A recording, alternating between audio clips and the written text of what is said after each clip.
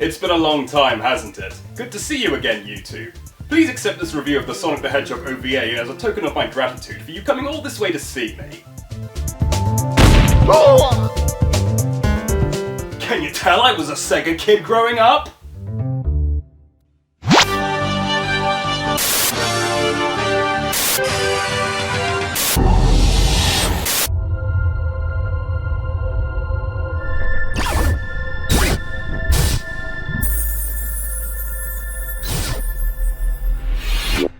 Hello and welcome to the Anime Advocate, the show about what to watch and what to look for from ADV Films. For this premiere episode of what I'm sure is going to be a long-running and well-scheduled series of videos, I decided what better way than to help ease the transition of content for this dying, irrelevant channel of mine than to review the first anime DVD I ever owned, the 1996 Sonic the Hedgehog OVA. Is it a fun slice of fan service? Or is it an annoying waste of 53 minutes like many other critics on this website have claimed it to be? Well, let's dive right in, shall we?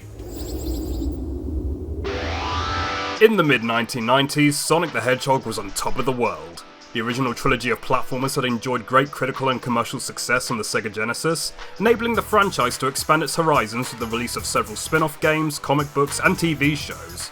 During this period of growth, Sonic Team, no doubt observing Sonic's interesting ventures in the field of Western cartoons, decided they too wanted a slice of the animation pie and set about commissioning a two-part original video anime that would give Sega of America's efforts a run for their money. Production of the Sonic OVA was handled by Studio Pierrot, a company who were no strangers to translating video games into anime, having previously worked on the Dragon Quest TV series in 1989. Sonic Team co-founders Naoto Oshima and Yuji Naka acted as creative directors on the project, their input being crucial in giving the OVA a greater sense of authenticity than its American counterparts. On January 26, 1996, Part 1 of the Sonic OVA was released as a rental-only VHS in Japan, with Part 2 following on March 22nd, and a full retail release on May 31st. While it didn't see an immediate international release owing to poor sales in Japan, Sonic fans in the US and Europe would be treated to a heavily compressed teaser trailer included in 1997's Sonic Jam, reaffirming the OVA's existence and piquing fans' interest in seeing it brought over. 2 years later, demands for an English release were finally answered, with ADV Films acquiring the license to dub and distribute both parts of the OVA, edited together as a single feature, on VHS and DVD. Entitled Sonic the Hedgehog the Movie, the dub would see a release on September 7th, 1999, just 2 days ahead of the US launch of the Sega Dreamcast and its flagship launch title, Sonic Adventure. Man, stay off the light speed! My bad.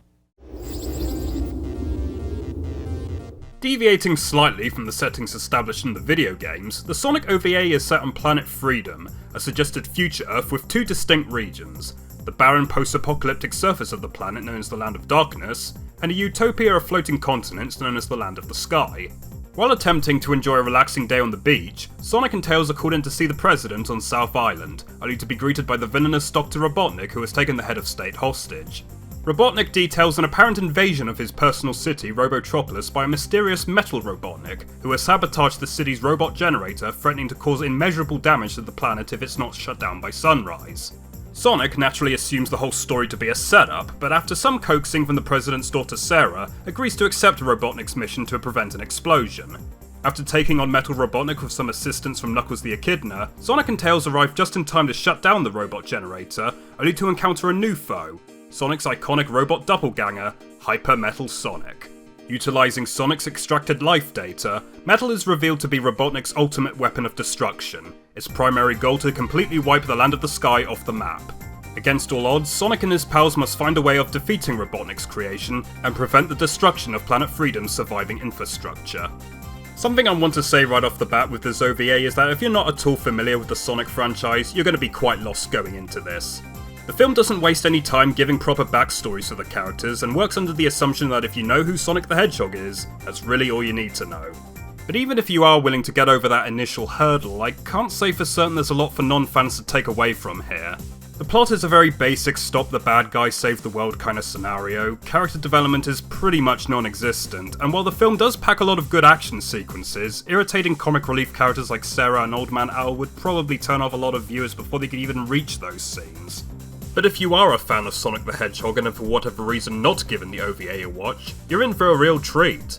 The film moves at a very brisk pace, taking just enough time to establish a new location or obstacle before going headfirst into a new action sequence, encompassing the same sense of speed and spectacle the video games are famous for.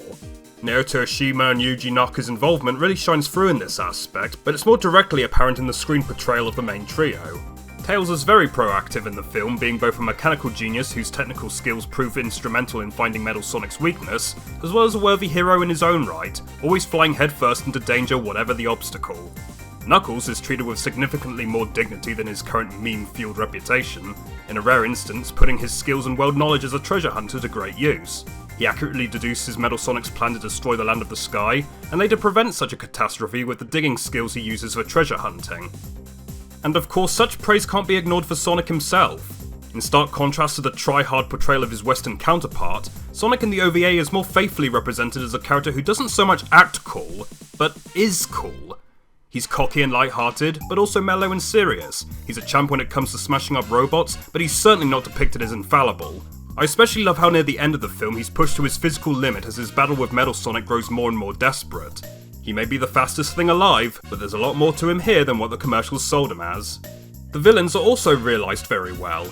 Dr. Robotnik, despite his inherently goofy appearance, doesn't skim on being a serious threat to all three heroes, all the while never losing any of that childish arrogance that defines his character. Metal Sonic is the true star of the show though. Without giving him a single line of dialogue, the OVA presents Metal as a truly ominous creation on screen. Calculating, brutal, and above all menacing. Definitely one of the highlights of the film. Less well realised are the OVA's original characters. Old Man Al is a particularly grating comic relief character who adds nothing to the story outside of bizarre antics involving rockets and horrifically dated 90s attire. The President is just your typical bumbling politician, and Sarah strikes me as a rather peculiar addition to the film. Character-wise, she exhibits a lot of the traits associated with series regular Amy Rose, from her childish personality to her unrequited crush on the blue speedster. She's not awful by any means, but given the similarities and how the film is essentially a loose adaptation of Sonic CD, I feel it would have made a lot more sense for Amy to have taken Sarah's role and just discard the whole President's daughter aspect entirely. But I think we all know the reason why Sarah was added to the film as an older, more human substitute to a pre-established regular. That's right. To be a more suitable female for Robotnik to claim as his bride. What's that? Well, what were you thinking she was there for? Don't come there, you pervert! Animation is quite the mixed bag in the Sonic OVA. While the majority of scenes are animated appropriately for what they're trying to convey, there are a number of shots throughout the film where its tight budget really becomes apparent. Recycled animation within the same minute of the original shots, rough-looking drawings of what are otherwise well-animated sequences, and a plethora of off-model facial expressions which can lead to unintentional hilarity at the wrong pause break. Oh god. On the flip side, the OVA's general art direction is top-notch. Though its settings might seem out of place with the sort of game series Sonic was at the time, Planet Freedom is still an incredible spectacle to behold. Backgrounds are detailed and mesmerising, and the contrasting colour schemes between the Land of the Sky and the Land of Darkness really elevate the production values of the film. Despite the rough edges in the animation, Perro's character designs are also worthy of praise. No doubt taking inspiration from Toei's work on the Sonic CD cinematics, their work simply amounts to taking Sonic Team's original designs and sprucing them up a bit for a more action-oriented anime, but it works. Not too edgy, but not too cutesy. Just the way I like my Sonic. One aspect of the OVA I feel is underappreciated given its obscurity is the musical score by Mitsuhiro Tada. From catchy action themes to brooding ambience, every composition has its own unique flavour that really enhances the mood of the film. Personal favourites include The Land of Darkness, Team Sonic's descent into Robotropolis, and the ending vocal theme Lookalike, sung by Ryu Kanaka. It's a shame that Mr. Tada doesn't really have a lot of anime credits to his name, as I think he did a bang-up job on this project. The lack of an official soundtrack doesn't help, but I guess we'll always have fan reconstructions. Recorded at their Austin-based Monster Island studio, ADV's dubbing of the Sonic OVA is sadly not one of their proudest moments. The film is awash with questionable performances ranging from slightly above average to readings that rival a Roger Craig Smith line delivery. I can't swim! Well, almost. Lainey Fraser sounds as though she was suffering from blocked sinuses during her recordings as Tails. I'm fine, but I'm worried about the tornado though. Sasha Beasley really goes overboard in making Sarah as loud and obnoxious as possible. No, I want to! Take me on a drive now! And as for Charlie Campbell, I honestly have no idea what he was on when he came up with the voice for Old Man Owl. Believe me, I was pretty popular with the ladies. The only saving graces among the cast are Martin Burke, who contrary to internet rumours was not born in Ireland in 1980, with a decent, though nothing special take on Sonic, and Bill Wise and Edwin Neal, who both deliver solid performances as Knuckles and Robotnik. While on the subject of internet rumours, one aspect of ADV's localisation I want to address is the supposed censorship made to the OVA for the dub's 1999 release. It's been reported for many years online that the original VHS and DVD pressings included a number of cuts to remove some of the more raunchy content, with an uncut DVD only being released in 2004. I did a bit of digging into this, but I was unable to find any definitive evidence to suggest these edits were ever real. No rip of the alleged censored version appears to exist online, and after reading through several testimonies of fans who owned the original home video releases, I must tentatively come to the conclusion that, much like Martin Burke's age and nationality, the whole censorship thing is nothing but an unfounded rumour. The only real changes ADV made to the OVA during localization, to the best of my knowledge, was the obligatory Eggman to Robotnik name change, and the removal of a musical track that played over the prologue, which I personally think makes for a more dramatic opening anyway.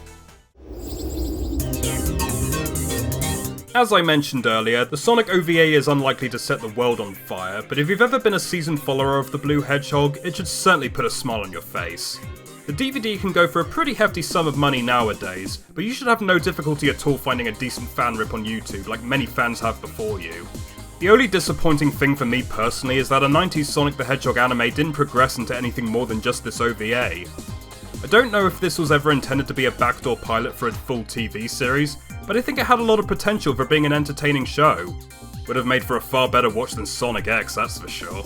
Remember to keep your wrist relaxed all through the pitch, like so. Featuring decent animation, visceral thrills, and an admirable level of respect for the source material, Sonic the Hedgehog the movie is a short, but ultimately satisfying slice of high-octane anime. I am the Anime Advocate, and I'll see you all next time.